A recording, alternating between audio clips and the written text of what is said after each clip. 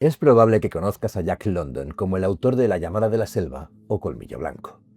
Lo solemos imaginar como el gran cronista de la aventura, el hombre que conquistó el Yukón con sus historias. Pero hay un dato que suele pasarse por alto. London no escribía sobre el peligro desde la imaginación. Lo hacía desde la experiencia de haber muerto más de 1000 veces. Y no hablaba en sentido figurado, o al menos no solo en sentido figurado. Veréis, detrás del éxito literario, ¿y qué éxito?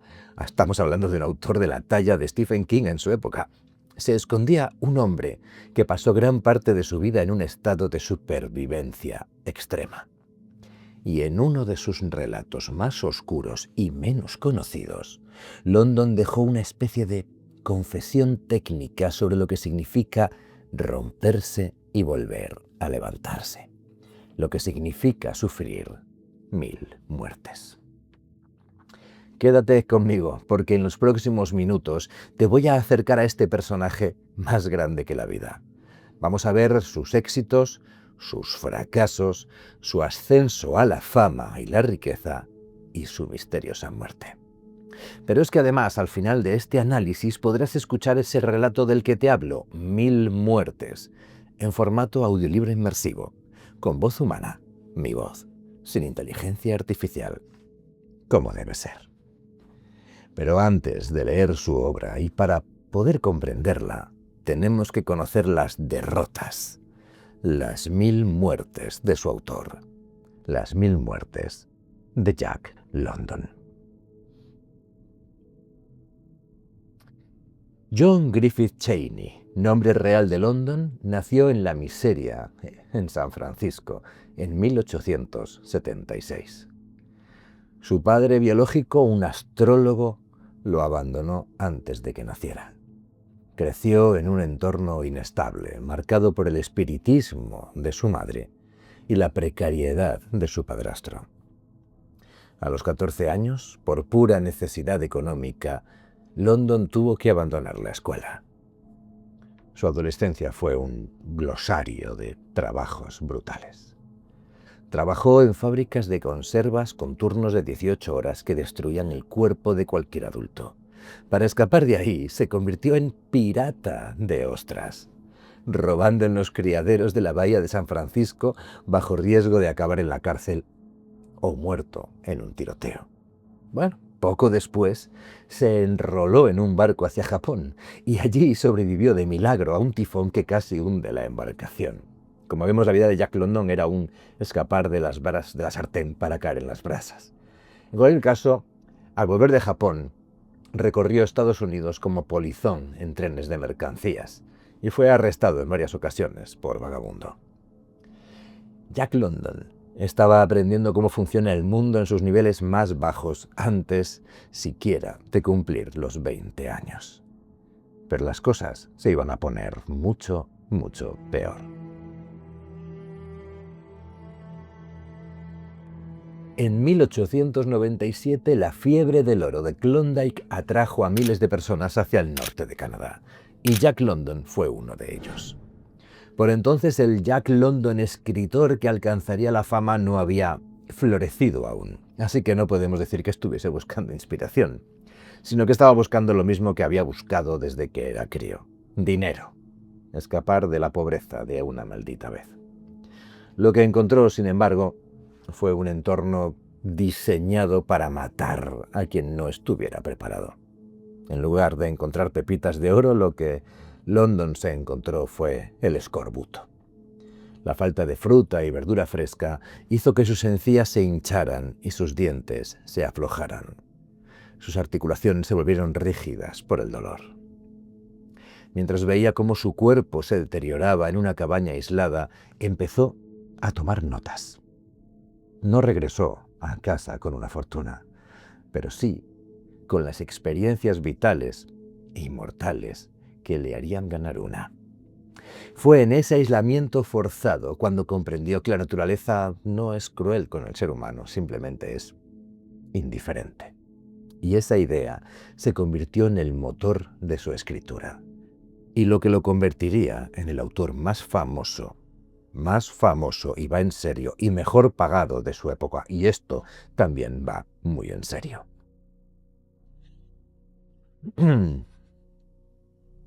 Cuando regresó del norte, London tomó una decisión práctica. No volvería a trabajar con las manos. Se impuso una disciplina férrea, escribiendo exactamente 1000 palabras cada día. A partir de ahí su ascenso fue meteórico. En 1903, con la publicación de La llamada de la selva, pasó de vagabundo a celebridad internacional. Fue uno de los primeros escritores en convertir su nombre en una marca comercial. En una época en la que un trabajador promedio ganaba unos pocos cientos de dólares al año, London llegó a ingresar más de $75.000 anuales. Ajustado a la inflación, esos son unos 3 millones de dólares anuales en dinero de 2026. Vamos a ponerlo en perspectiva. Pensemos que en la lista de autores mejor pagados de 2018 de la revista Forbes, el mismísimo Stephen King solo había ganado 27 millones de dólares. Por lo tanto, son 3 millones al año para Jack London, pero ojo, viviendo únicamente de lo que publicaba en cada momento. Y 27 millones para Stephen King, con todas sus obras adaptadas al cine, a la televisión, miles de reimpresiones y reediciones y con décadas de producción literaria acumulada en un mundo globalizado. Jack London se convirtió en el autor mejor pagado del mundo y, sin embargo, murió en la pobreza. El dinero entraba tan rápido como salía. Invirtió una fortuna en el Beauty Ranch, una enorme propiedad en California, donde intentó crear una explotación agrícola autosuficiente. Sin éxito. Su proyecto más ambicioso fue la Wolf House, una mansión de piedra y madera que le costó unos $80.000 de la época, equivalente a unos 5 o 6 millones de hoy en día. La casa se incendió por completo apenas unos días antes de que él pudiera mudarse a ella. London nunca se recuperó de esa pérdida financiera y emocional, lo que lo obligó a escribir de forma frenética hasta el final para mantener su estilo de vida y sus deudas.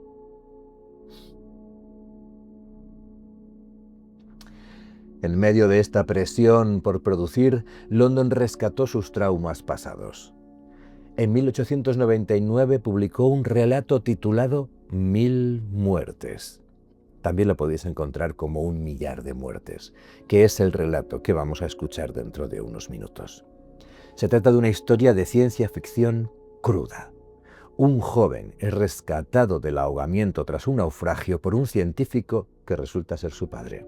El científico usa a su hijo como sujeto de pruebas para una máquina que puede resucitar a los muertos, matándolo y reviviéndolo una y otra vez de formas distintas. Veneno, electricidad, asfixia, congelamiento. Este cuento, si os fijáis, funciona como una radiografía de su vida. El protagonista experimenta la agonía de forma repetitiva, igual que London lo hizo en las fábricas, en el mar y en el hielo. Para él, la vida era un ciclo de crisis y recuperaciones. Como él, cada vez que el personaje del cuento resucitaba, lo hacía con el trauma acumulado. London había entendido que escribir era la única forma que tenía de dar sentido a todas y cada una de sus cicatrices. El éxito no pudo frenar el desgaste físico de Jack London. A los 40 años su salud estaba totalmente quebrada por el alcoholismo, las enfermedades tropicales y el fallo renal. El 22 de noviembre de 1916 murió en su rancho de California. La causa oficial fue uremia, pero el hallazgo de frascos de morfina junto a su cama alimentó durante décadas la teoría del suicidio. A su muerte dejó una herencia cuando menos complicada. Un rancho endeudado, cientos de relatos y una influencia que cambió la literatura de aventuras para siempre. No dejó una gran fortuna en dinero contante y sonante, pero sí un testamento literario basado en la resistencia. Su herencia la recibimos todos nosotros, que más de un siglo después de su muerte pudimos experimentar a través de sus palabras la crudeza de un mundo que queda muy lejos de los cómodos sillones en los que las leemos.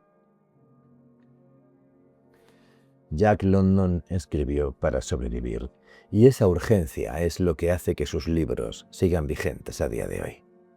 Dime, ¿conocías esta faceta del autor? ¿Conocías al mismísimo Jack London? ¿No es la primera vez que oyes hablar de él? Déjamelo en los comentarios. La cuestión es que London se convirtió en un gigante de las letras porque sus historias estaban escritas desde la experiencia del colapso. Vivió rápido, ganó millones y murió joven, dejándonos un legado que nos recuerda que, a veces, para contar una gran historia, primero hay que sobrevivir a ella. Y ahora nos toca el turno a nosotros. Nos toca el turno a nosotros de sumergirnos en esa historia de la que os he ido hablando a lo largo de toda esta exposición. Ese relato, 1000 muertes, que llegó a mí de una forma curiosa, en un libro de relatos, una antología de Forrest Ackerman, con diferentes autores, con Lovecraft, con Poe. Ahí estaba también Jack London, con este 1000 muertes, que leí de chaval y que desde entonces me ha acompañado, como espero que os acompañe a todos vosotros a partir de ahora. Ha llegado, por tanto, el momento de ponernos los cascos, si no lo hemos hecho aún, de subir el volumen y de sumergirnos en esta obra literaria de 1899. Bienvenidos a 1000 muertes. Nos vemos al otro lado. 1000 muertes, de Jack London. Llevaba en el agua cerca de 1 hora y, entumecido, agotado, con un terrible calambre en la pantorrilla derecha, parecía llegada la hora de mi muerte.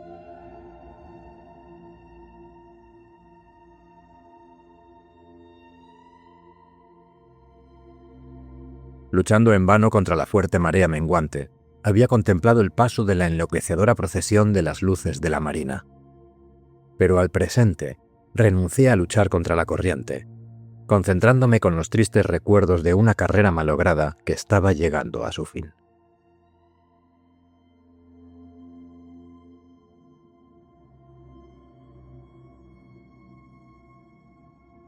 Quiso mi suerte que fuese descendiente de una buena familia inglesa. Si bien el saldo que arrojaba la cuenta que en el banco tenían mis padres era muy superior al valor del acontecimiento que ellos tenían de la naturaleza del niño y los alcances de la infancia. Pese a darme de comer con cuchara de plata desde que nací, me era desconocida la feliz atmósfera de un verdadero hogar. Mi padre, afamado anticuario, era hombre de vasta cultura. No prestaba atención a su familia, continuamente entregado a las abstracciones de sus estudios. Mi madre, que distinguíase mucho más por sus encantos personales que por su sentido común, se saturaba de la adulación de una sociedad en la que estaba perpetuamente sumida. Acudí a la escuela y cursé los estudios universitarios de cualquier hijo de burgués, y al darme los años fuerza y pasiones crecientes, los autores de mis días diéronse cuenta de pronto de que yo tenía un alma inmortal e intentaron refrenarme. Solo que era demasiado tarde. Cometí la peor y la más audaz de las locuras. Los míos renegaron de mí. La sociedad a la que yo había ofendido durante tan largo tiempo me desterró, y con las 1000 libras esterlinas que me dio mi progenitor y su declaración de que no me daría ni un penique más, ni querría volverme a ver, compré un pasaje de primera clase para Australia. Mi vida fue desde entonces un constante peregrinar, de oriente a occidente, desde el Ártico al Antártico, para verme finalmente ahora, a los 30 años, convertido en un experto marino en pleno vigor de mi virilidad, ahogándome en la bahía de San Francisco por un intento desastrosamente infortunado de abandonar el barco.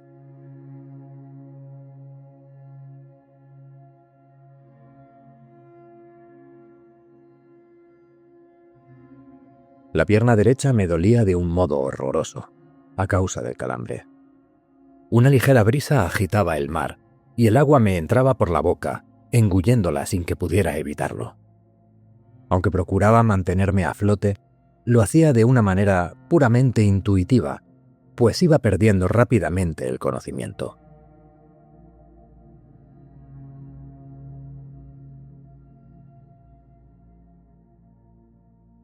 Guardo un confuso recuerdo de haber sido arrastrado por la corriente y pasado cerca de la muralla de mar, de haber vislumbrado la luz de estribor de un barco. Después, todo se desvaneció.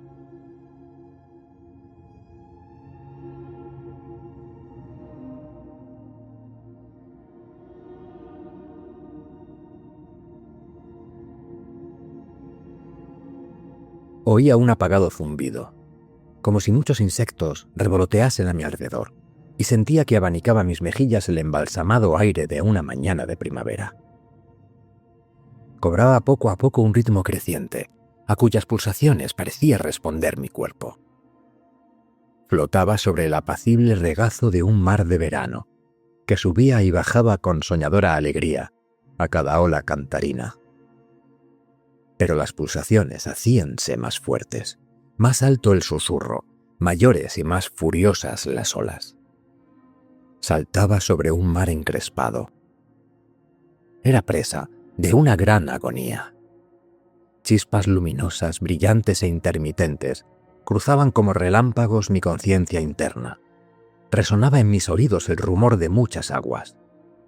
Entonces se produjo un rápido estallido de algo incomprensible, y desperté.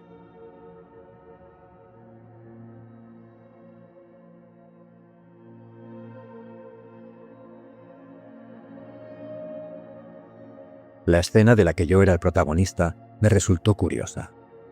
Bastó una ojeada para darme cuenta de que yacía en incómoda postura sobre el piso de un camarote de yate. A cada uno de mis lados, levantando y bajando mis brazos como si de palancas de bomba se tratase, había dos individuos de piel morena, ambos vestidos de un modo muy peculiar.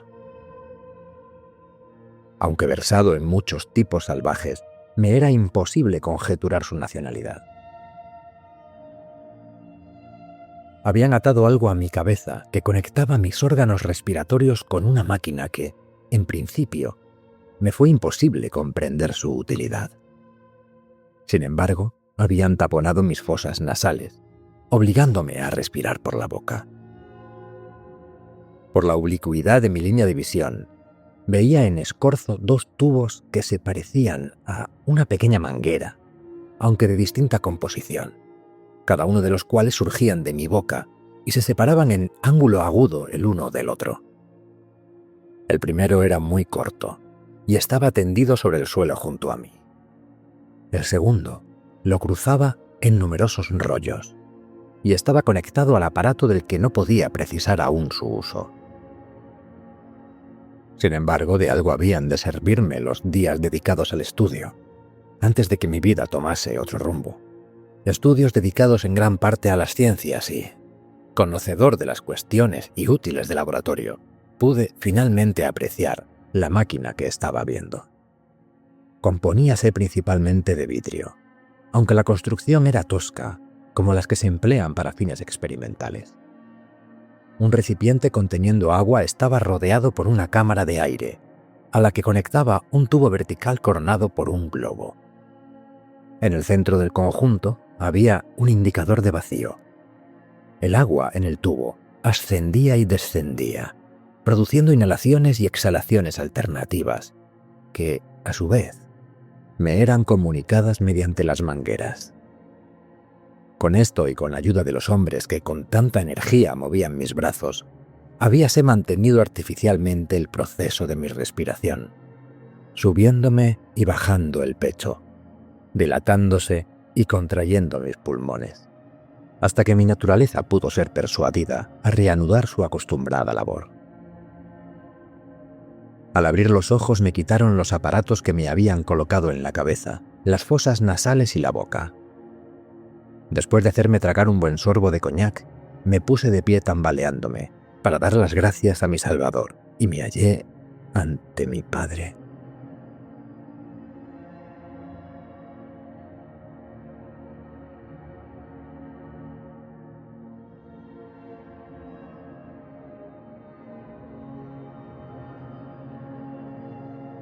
Mis largos años de compañerismo con el peligro me habían enseñado a tener dominio de mí mismo y esperé para ver si me reconocería. No fue así. Él no vio en mí sino a un marinero huido y me trató en consecuencia. Dejándome al cuidado de los negros, se puso a revisar las notas que había tomado acerca de mi resurrección. Mientras yo comía de las excelentes viandas que me sirvieron, empezó la confusión encubierta, y por las salomas de los marineros y los alegres ruidos que me hacían los aparejos, me di cuenta de que el barco se ponía en movimiento. ¡Qué divertido! Un crucero con mi padre por el ancho Pacífico. Poco imaginaba yo, al reírme para mí, en qué lado iba a estar la broma. Ay, de haberlo sabido, me hubiese arrojado al agua y bendecido la inmunda embarcación de la que hacía poco me había escapado.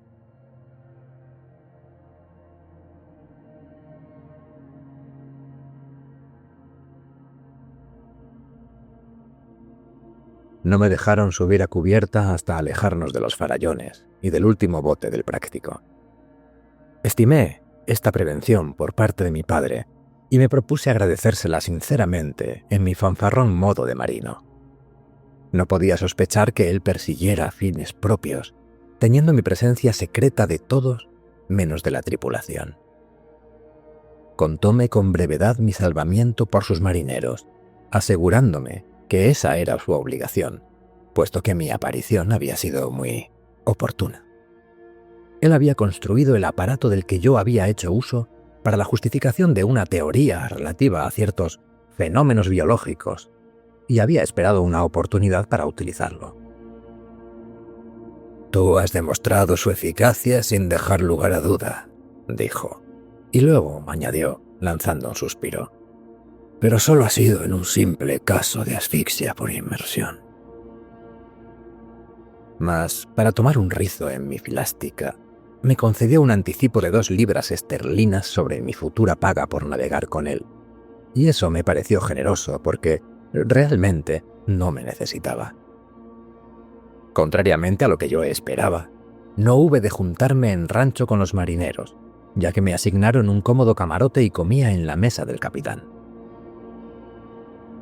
Él había intuido que yo era un marinero vulgar, y resolví correr ese albur para captarme de nuevo su bienquerencia. Inventé un pasado para explicar mi educación y mi situación presente, e hice cuanto pude por estar en contacto con él. No tardó mucho en revelar predilección por las investigaciones científicas, ni él en apreciar mis aptitudes. Llegué a ser su colaborador, con el correspondiente aumento en la paga, y al poco tiempo, al hacerse más comunicativo y exponer sus teorías, yo me mostraba tan entusiasta como él.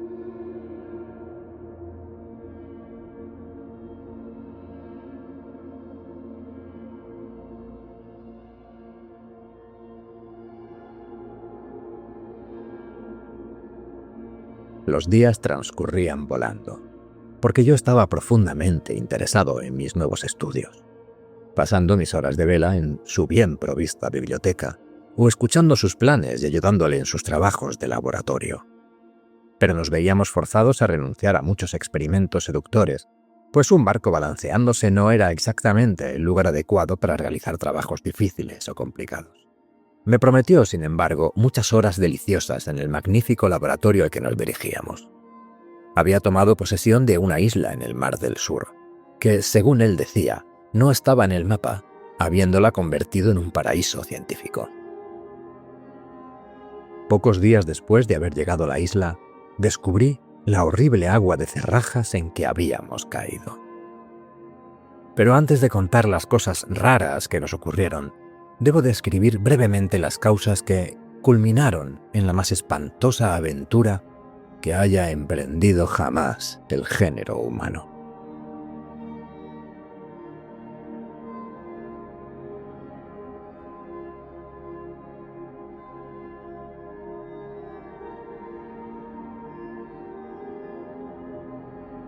A edad avanzada, mi progenitor había abandonado los añejos encantos de la antigüedad, rindiéndose a los más fascinantes, comprendidos bajo la denominación general de biología.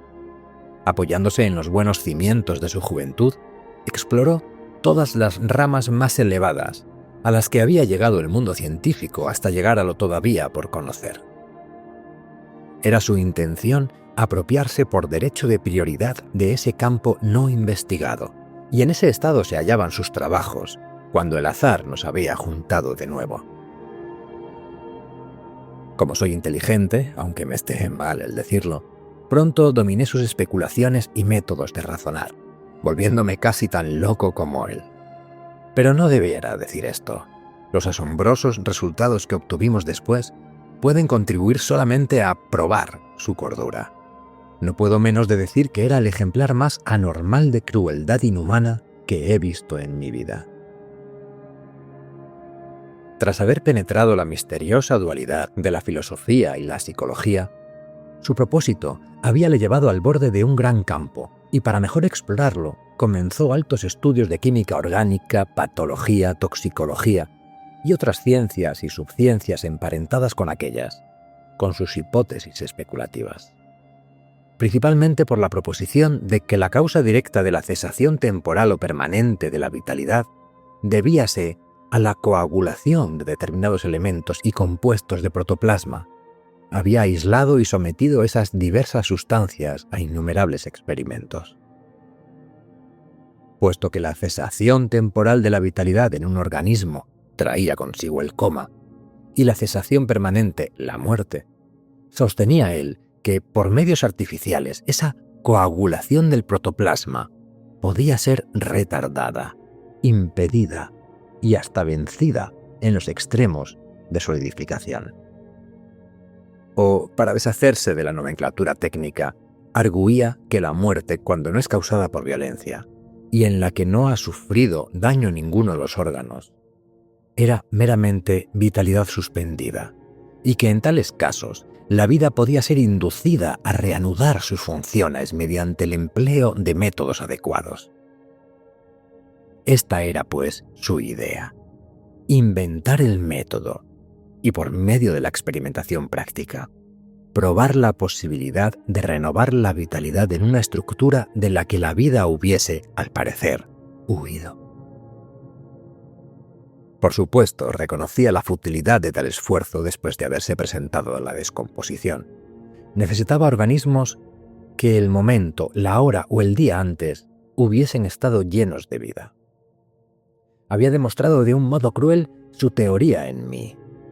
Yo estaba verdaderamente ahogado, realmente muerto, cuando me sacaron del agua de la bahía de San Francisco, pero la chispa vital había sido renovada por medio de su aparato aeroterapéutico, como él lo llamaba.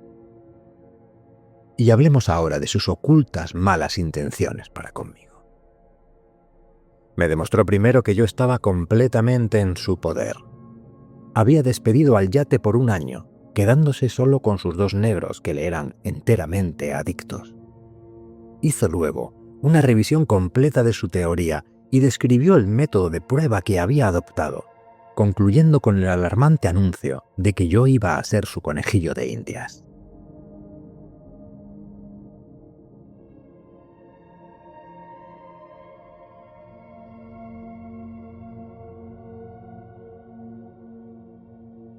Yo había hecho rostro a la muerte y pesado mis probabilidades en muchos riesgos terribles, aunque ninguno de esta naturaleza.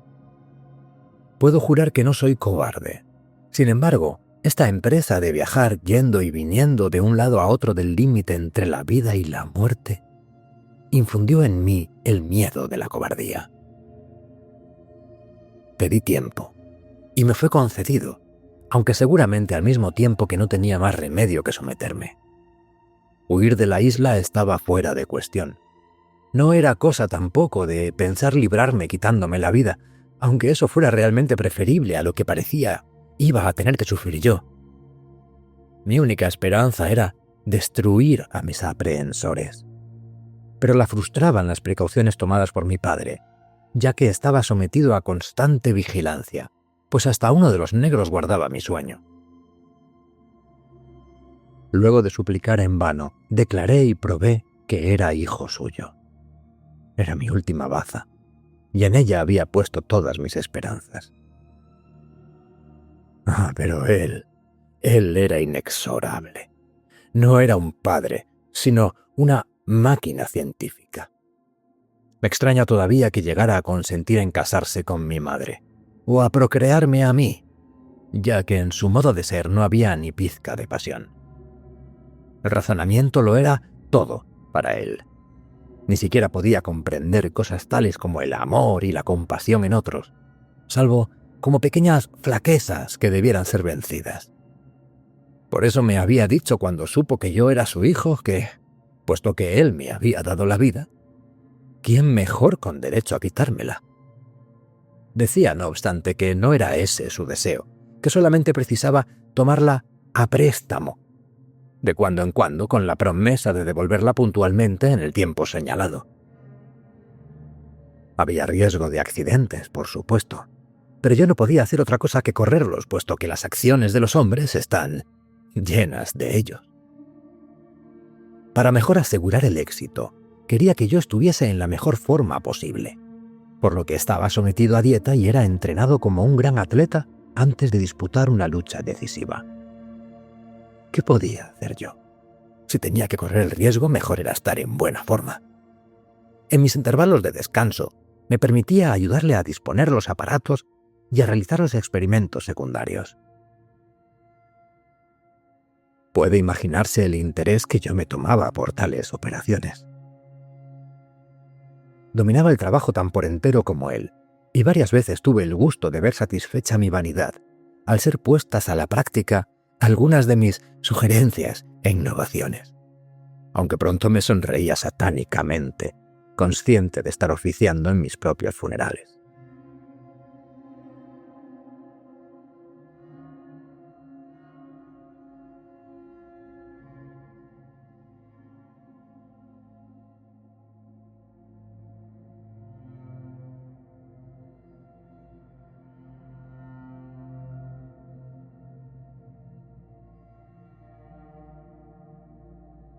La prueba decisiva empezó por una serie de experimentos en toxicología.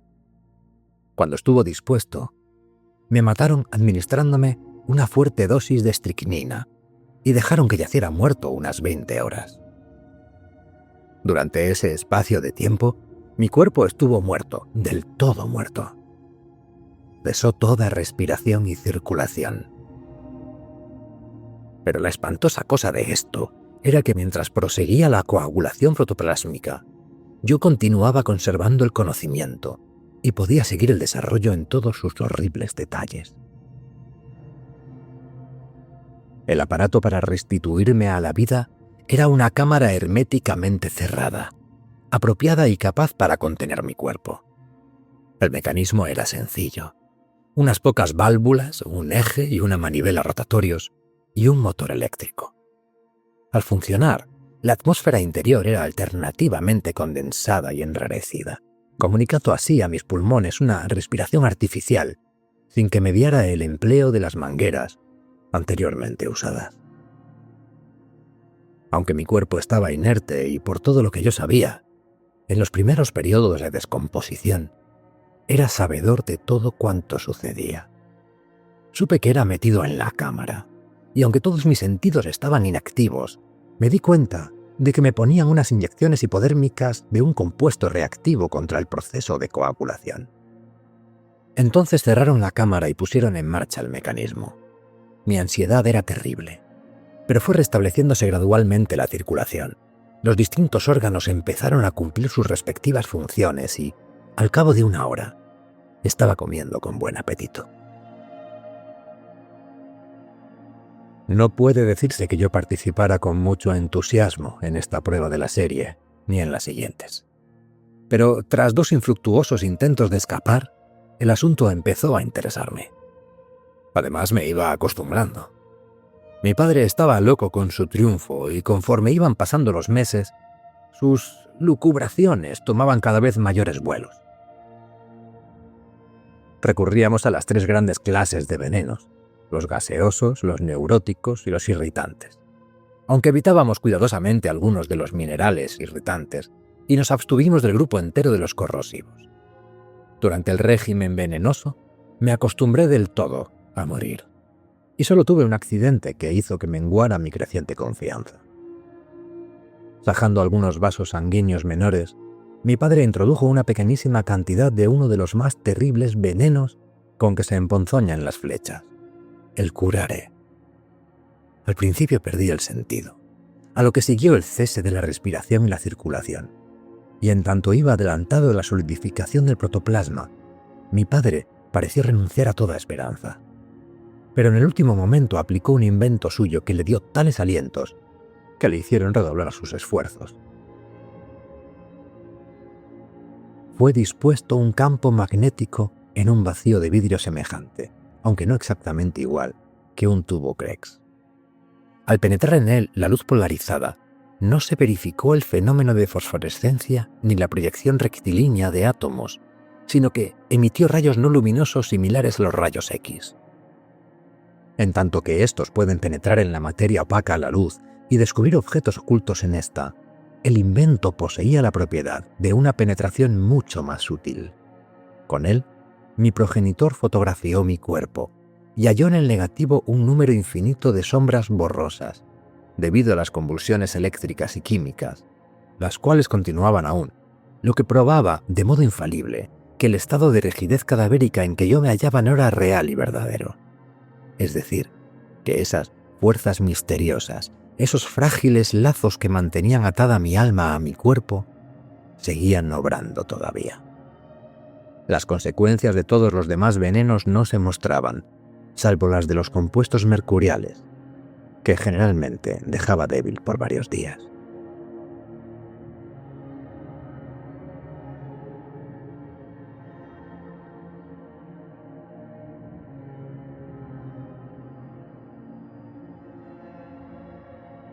Otra serie de experimentos deleitosos se hicieron con la electricidad. Comprobamos el aserto de Tesla de que las altas corrientes eran completamente inofensivas si superaban los 100.000 voltios al atravesar mi cuerpo. Al no funcionar el procedimiento, mi padre redujo la corriente a 2.500 voltios y fui rápidamente electrocutado.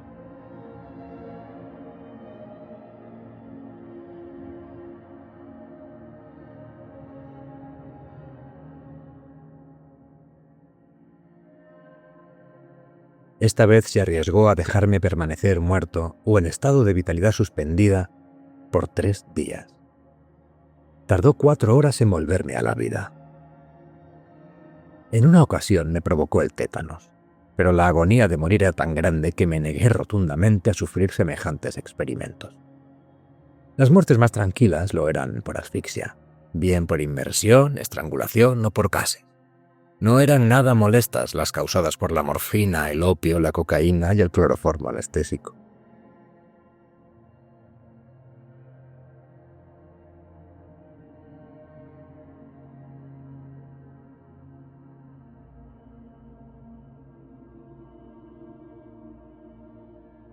Otra vez, después de haber sido asfixiado, me tuvo 3 meses depositado en un lugar frío, sin dejar que me helase ni decayese. Se hizo esto sin yo saberlo, y me asusté sobremanera al conocer el espacio de tiempo en que había permanecido en aquel especial estado de hibernación. Me entró miedo al pensar lo que haría conmigo cuando estuviese muerto, de verdad, y mi inquietud creció al pensar grandemente con la predilección que estaba empezando a mostrar por la vivisección. La última vez que me resucitaron, descubrí que había experimentado con mi pecho. Aunque me había curado con cuidado y suturado las incisiones, fueron estas tan profundas que hube de guardar cama durante algún tiempo. Fue durante esta convalecencia que dispuse el plan que al fin me salvó.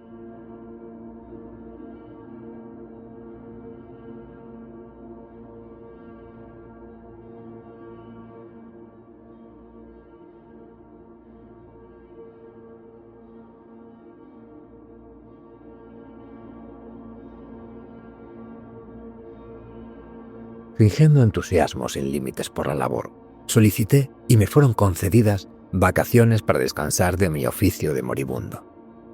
Durante ese tiempo me dediqué a trabajos de laboratorio, en tanto mi progenitor estaba tan ocupado en la vivisección de los muchos animales cazados por los negros que no podía darse cuenta de lo que yo hacía. Elaboré mi teoría sobre 2 posiciones. Primera, electrólisis, lo que es igual a descomponer el agua en sus gases constituyentes por medio de la electricidad. Y segundo, por la hipotética existencia de una fuerza inversa a la gravitación que Astor ha llamado apergia. La atracción terrestre, por ejemplo, no hace sino juntar los objetos, pero no los mezcla. Por tanto, la apergia es pura repulsión. Ahora bien, la atracción atómica o molecular no solamente junta los objetos, sino que también los integra. Y era la inversa de eso, o una fuerza desintegradora, lo que yo deseaba no solo descubrir y producir, sino también dirigir a voluntad. Así, las moléculas de hidrógeno y oxígeno, reaccionando mutuamente, se dividen y crean nuevas moléculas que contienen ambos elementos y forman agua. La electrólisis hace que esas moléculas se dividan y recuperen su condición original, produciendo separadamente los dos gases. La gran fuerza que yo quería descubrir debía no solamente hacer eso con dos, sino igualmente con todos los elementos, no importa en qué compuestos existiesen. Si entonces me fuese posible atraer a mi padre dentro de su radio, él sería instantáneamente desintegrado y mandado a volar a los 4 puntos cardinales, convertido en masa de elementos aislados. No hay que entender que esta fuerza, que llegué finalmente a controlar, destruía la materia. Tan solo destruía la forma. Ni, como descubrí muy pronto, producía efecto alguno en la estructura inorgánica. Pero absolutamente fatal para toda forma orgánica. Esta parcialidad me extrañó al principio, aunque si me hubiese detenido a pensarlo, hubiese comprendido el proceso. Puesto que el número de átomos es, en todas las moléculas orgánicas, mayor que en las más complejas moléculas minerales, los compuestos orgánicos se caracterizan por su inestabilidad y por la facilidad con que son divididos por las fuerzas físicas y los reactivos químicos. Dos potentes baterías conectadas a imanes especialmente construidos para ese fin, proyectaban dos fuerzas tremendas. Consideradas separadamente una de la otra, eran completamente inofensivas, pero cumplían su fin enfocando un punto invisible en el aire. Luego de demostrado el feliz resultado y de haberme librado yo por poco de reventar hasta quedar reducido a la nada, coloqué la trampa. Escondí los imanes, de modo que su fuerza convirtiese en campo de muerte todo el espacio de la puerta de mi habitación. Instalé junto a mi cama un conmutador para dar la corriente a las baterías de reserva y me acosté.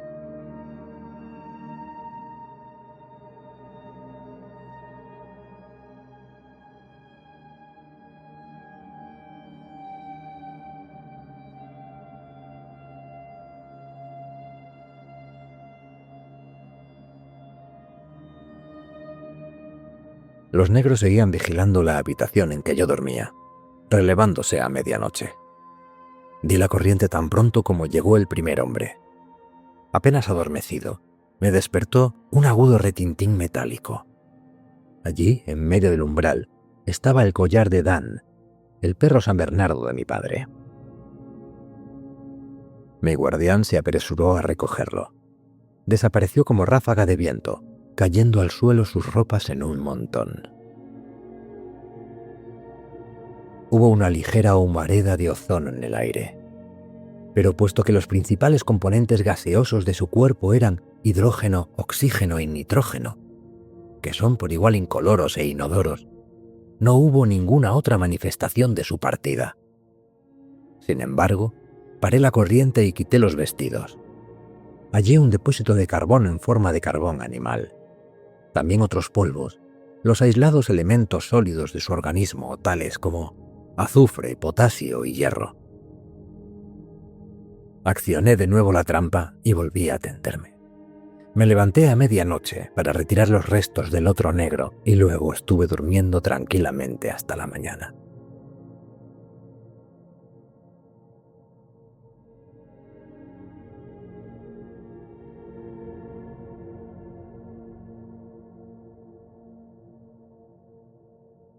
Me despabiló la voz estridente de mi padre, que me llamaba desde el otro lado del laboratorio. Me reía interiormente. No quedaba nadie para llamarle, y se le habían pegado las sábanas.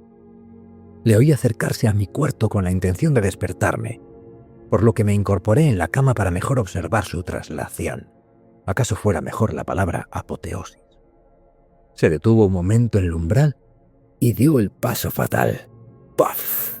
Fue como si el viento suspirase entre los pinos. Había desaparecido. Sus ropas cayeron al suelo hechas un fantástico montón. Además de ozono, percibí débilmente el olor como de ajo del fósforo. De entre sus ropas separé un montoncito de sólidos elementos. Eso fue todo. El ancho mundo se abría ante mí. Mis aprehensores ya no existían.